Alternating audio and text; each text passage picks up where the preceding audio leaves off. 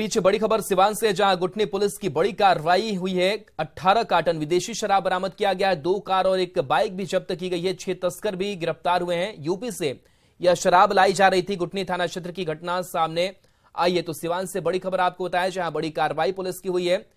गुटनी police ने यह बड़ी कार्रवाई करते हुए 18 कार्टन विदेशी शराब बरामद किया है। साथ ही 2 कार और 1 बाइक भी जब्त की गई है और 6 तस्करों की गिरफ्तारी भी इस मामले में हुई है। बताया जा रहा है कि यूपी से शराब लाई जा रही थी। गुटनी थाना क्षेत्र की यह घटना है।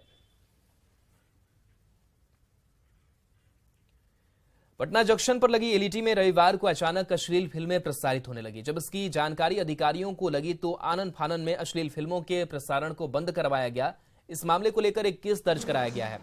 पटना जंक्शन से और अधिक जानकारी दे रहे हैं संवाददाता संजय कुमार।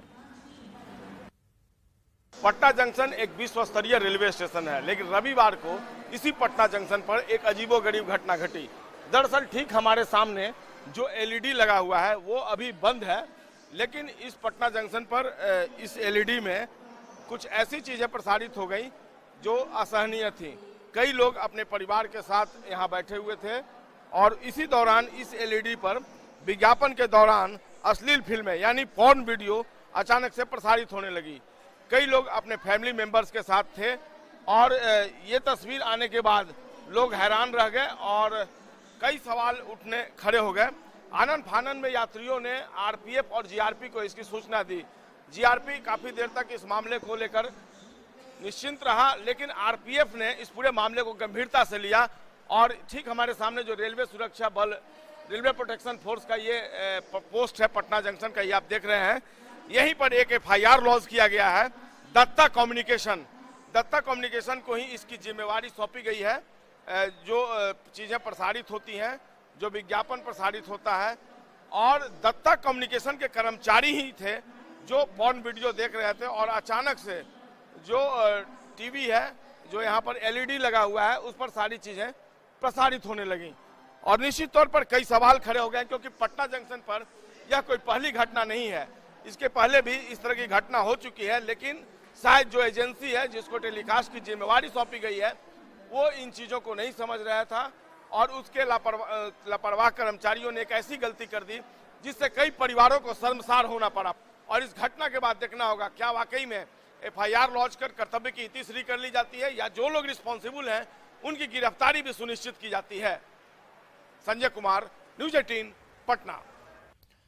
अगली खबर जमुई से, जहां नाबालिग के साथ अश्लील हरकत करने का मामला सामने आया है। घटना की शिकायत मिलने के बाद पुलिस ने आरोपी युवक को गिरफ्तार कर लिया है। गिरफ्तार युवक का नाम मोहम्मद फैयाज बताया गया है। जानकारी के अनुसार दूसरी क्लास में पढ़ने वाली 9 साल की बच्ची घर के बाहर खेल रही थी, तभी सिलेंडर की होम डिलीवरी करने वाले युवक ने नाबालिग के साथ अश्लील हरकत की। 1 बजे की लगभग की घटना है सर। एक गैस देने वाला लड़का है, मुस्लिम लड़का, हमारे 2 बच्ची बाहर में खेल रही थी और उसके साथ उन्होंने गलत व्यवहार किया।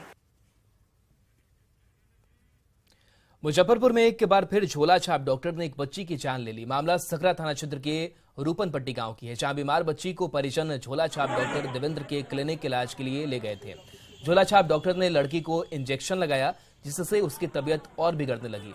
हालत बिगड़ने के बाद झोला छाप डॉक्टर ने हाथ खड़े कर दिए। उसके बाद परिजनों ने उसे सकरा पीएचसी में भर्ती कराया, जहां जांच के बाद डॉक्टरों ने उसे मृत घोषित कर दिया। इधर परिजनों का आरोप है कि झोला छाप डॉक्टर के गलत इलाज के कारण संगीला कुमारी की मौत हुई है।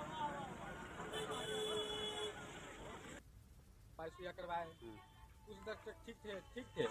उसके बाद यहाँ ले लाए, सीरियस एकाएक पानी मतलब कि डॉक्टर के द्वारा सुई देने के बाद तबीयत खराब हुआ है, इसका ज्यादा बिगड़ा है ना, पूरा खत्म हो गया, बेहोश हो गया है। पानी उन्हें मतलब कि ठंडी पड़ गया पूरा देह पे। अच्छा। हाँ ठीक है। उसके बाद हम बोला कि यहाँ से तो ठीक नहीं है, जो यहाँ से लेके जाइए। अच्छा। मुजफ्फर मतलब कि बोला कि यहाँ से बड़ा डॉक्टर में ले जाइए। डॉक्टर था देवेंद्र डॉक्टर पानी का। कहाँ है देवेंद्र डॉक्टर का? कहाँ क्लिनिक? क्लिनिक पटिया में है। अच्छा, उसके बाद उसका तबीयत और खराब हो गया? पता वो नहीं जानते हैं। आम जनता पार्टी राष्ट्रीय के राष्ट्रीय अध्यक्ष विद्यापति चंद्रवंशी ने दान यात्रा के तहत घोसी में सभा को संबोधित किया। विद्यापति चंद्रवंशी ने एक बार फिर जाति के आधार पर मतदान नहीं करने की अपील की है।